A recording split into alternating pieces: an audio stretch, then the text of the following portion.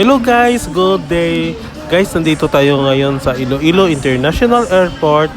Ngayon guys, pupunta tayo ng Maynila.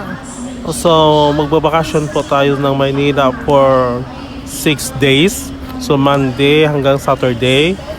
So, diretso lang po, doon po ako mag-stay sa may Kabayan Hotel. Doon sa may EDSA Taft Avenue.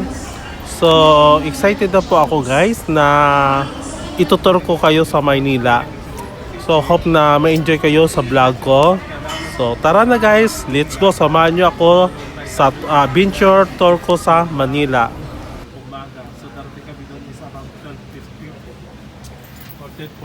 So, yung sinakyan ko ay Cebu Pacific. So, diretso na po yan ng Terminal 3. So, mas maganda guys yung sa Cebu Pacific sa Terminal 3 kasi sa taas guys may doon, may food court, may restaurant, pwede ka makapag diretso kong kain doon pag nagugutom po kayo. Mas maganda yung Terminal 3 kaysa sa Terminal 2. So kaya pinili ko yung Cebu Pacific Terminal 3. So alas 12:45 yung flight ko. So darating ako ng mga 1:45 or 1:30 something na. So enjoy lang guys. Hope nga na ma-enjoy kayo guys sa vacation ko dito sa Maynila. So itutur ko kayo. So pagdating natin guys, check-in tayo sa Kabayan Hotel, tapos diretso na tayo dito sa may Makati. So ito guys, nandito na po tayo sa Makati. So itutur ko kayo dito sa Makati, pakita ko sa inyo kung gaano kaganda, kalinis, ganda ng mga building dito sa Makati. Yan guys. So ito guys, yung unang araw ko dito sa may Manila. So dumiretso na ako ng Makati. So itutur ko kayo dito. So maganda kayo sa Makati guys, oh. Maraming foreigner na lumalakad dito, gumagala. Tignan nyo naman mga punong kahoy. Sobrang dami, kaya malamig po yung simoy na hangin dito sa Makati. At napapansin ko guys sa Makati, napakataas yung mga building dito. Skyscraper siya guys. Yan. Maganda yung yung mga building dito sa Makati. Super linis pa guys. At saka wala masyadong traffic dito. Ayan, Makati.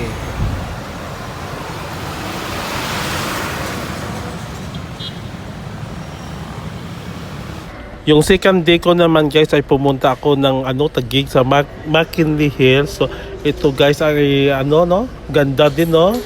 So nandito po tayo sa Mega World sa McKinley Hills sa Taguig.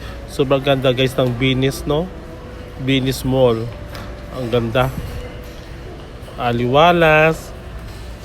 Napakalinis. Ang ganda ng mall. So, saan ka pa, no? Parang wala ka na sa sa Manila, no? Tignan mo na guys, no? May mga kalapati. Enjoy na enjoy talaga ako dito sa McKinley Hills. Sa may Venice Plaza. Yan guys, oh. So, ito naman guys yung sa labas, yung Venice Plaza. Napakaganda ng fountain dito. Amazing. So pagkatapos nito guys, yung pangatlong araw ko naman guys ay nasa Intramuros naman. So ito guys, igagala ko kayo dito sa Intramuros, Manila. So ito guys, nakikita nyo naman yung wall na yan guys. O yan, panahon pa yan ng mga Kastila. Sobrang ganda. So ngayon nakapasok na po tayo sa may Intramuros. So dito guys sa gilid ng Intramuros kasi may mga paninda dito, may mga souvenir items, may pangkape, restaurant. So amazing talaga no. So ito naman guys, pangatlong araw ko dito. So pumunta naman ako ng ng Divisoria. So sa 168 Mall yata to, sa loob ng mall. Sobrang lamig dito guys. Maganda, ang daming paninda dito guys.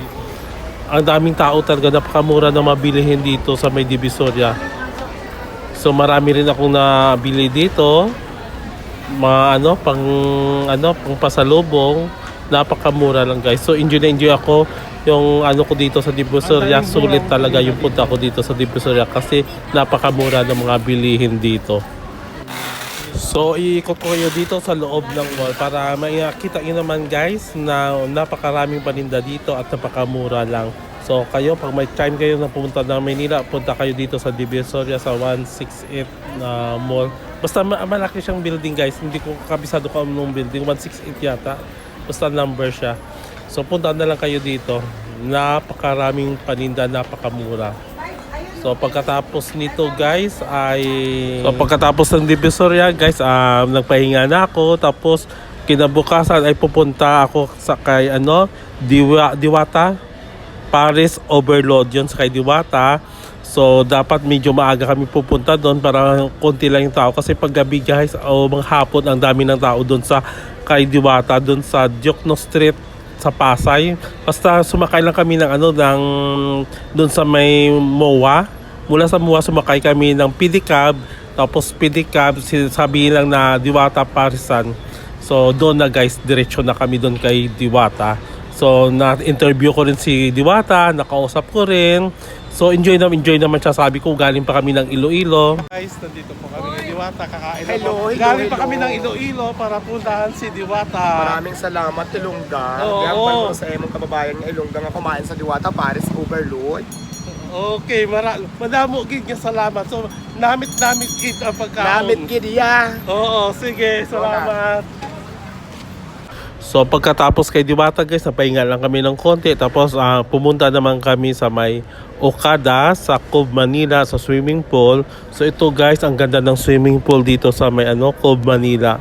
Yung guys, yung entrance is 1,700 per head. So only for 5 oras lang guys yung dapat i-stay mo dito sa may sa may swimming pool, kasi pag lagpas na mga additional bayad ka na naman.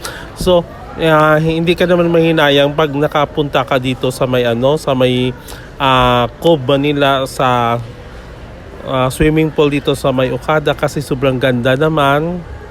Amazing, parang nasa ibang bansa ka guys, kasi ang ganda-ganda talaga ng swimming pool nila. Napakaganda. Tapos hindi pa mainit kasi may bubong siya.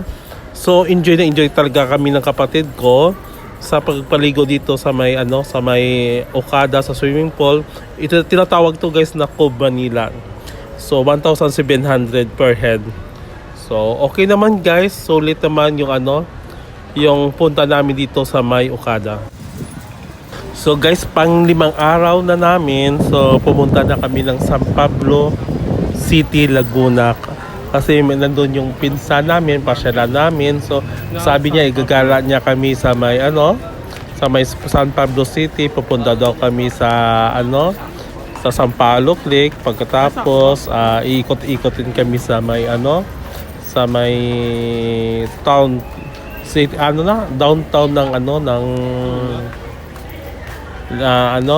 Laguna sa may San Pablo. Tapos bibili kami ng tinapa. Tapos ang ganda guys ng nila guys, ng market nila, sobrang linis at ang laki. Sana all. Sobrang ganda talaga. Tapos napakamura lang guys ng tinapa. Gusto ko talaga kasi yung tinapa, so bumili ako ng tinapa. Tapos bumili rin kami ng yung buko pie dito. Napakamura lang ng buko pie nila, sa 250 peso, pero masarap siya guys. Masarap yung yung San Pablo na na buko pie. So ikot-ikot muna kayo dito. So ito guys yung tinapa na binili ko, yung ba ito? Yung parang tuloy, tuloy yata yan, isda na yan. Yan. Tapos bumili rin ako ng itlog na pula. Yung itlog na pula nila guys is only 14 peso. Napakamura lang. Tapos bumili ako ng 200 pesos na tinapang isda, smoked fish. Only 200 peso. So yan, marami din silang mga daing dito. Katulad din sa Iloilo, marami din. So sabi nila masarap daw yung dito, yung tinapa nila, kasi kahoy daw ng nara yung pinausok nila. Pagkatapos ito guys, kumain din kami ng barbecue dito at laing dito sa may ba yan, basta nasa lang sa city proper lang siya ng ng San Pablo. Masarap din nila, napakamura lang guys yung nila, yung inasal. Yung barbecue nila is only 12.50 lang yata o 12.50. Sobrang sarap, malambot at napaka juicy naman. At saka yung laing nila, gustong-gusto ko yung laing. So now, nandito na kami sa may ano guys, Sampaloc Lake. Yan, kasama ko yung pinsan ko. So, inikot-ikot niya kami dito. Amazing talaga guys, ang ganda-ganda ng Sampaloc Lake dito sa may Laguna, sa San Pablo City. Maganda dito kasi marami namimingwit, marami daw tilapia dito sa may lake. Tapos yung maraming estudyante nagtatambay dito, nagpipiknik, nagre-relax. So ang ganda talaga. First time ko nakita yung lake ng Laguna, no? Yung Sampaloc Lake dito sa San Pablo City. Sobrang ganda guys. Napakahaba pala to ng kasi inikot namin to yung lake na to, napakahaba to. Tapos marami daw dito nagja-jogging at saka nagba-bicycle, tricycle, bike, nagbabike, lahat na lang basta magandang daw to, pasyalan dito. Pwede ka mag-exercise at saka mag-jogging. So kaya ito guys, kita nyo naman may statue sila ng tilapia, sobrang laki ito guys. Yan kasi parang ito kapital yata sila ng tilapia. Kasi maraming tilapia dito sa may lake.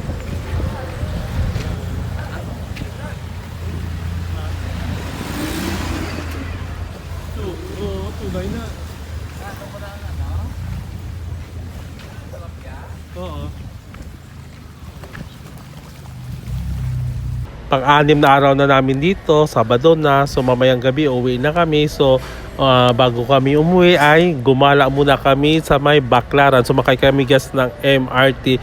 So yung bayad namin is parang 12.50 yata yung bayad namin sa LRT papunta ng Baclaran Station. Yan, nakakami sumakay ng ng LRT.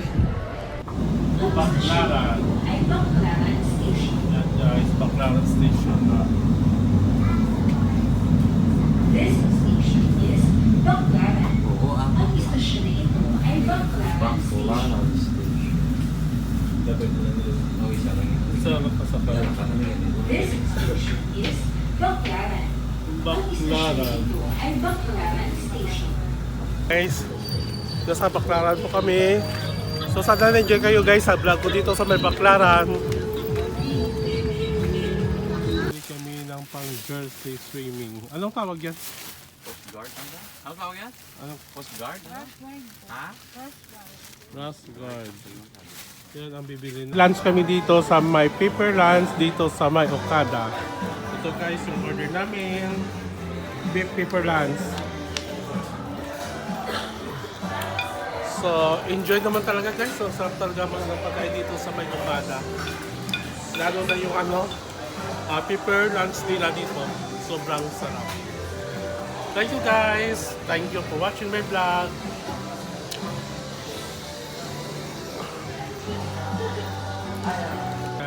So guys, away na po kami. Nandito na kami sa Terminal 3.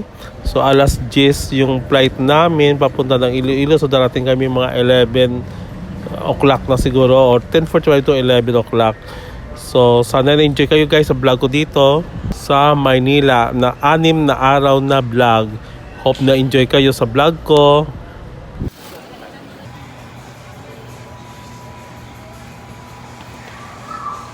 Naka-check-in na po kami. Uwi na kami ng Iloilo. Guys, nandito na po ako sa Iloilo, sa may Pabia. So ito guys yung Robinson Pabia, Iloilo. Yung katabi niya lang guys ay GT Mall Pabia. So I hope guys na-enjoy kayo sa vlog ko. So wait naman kayo guys sa sunod ko na vlog dito naman sa Iloilo City. Bye!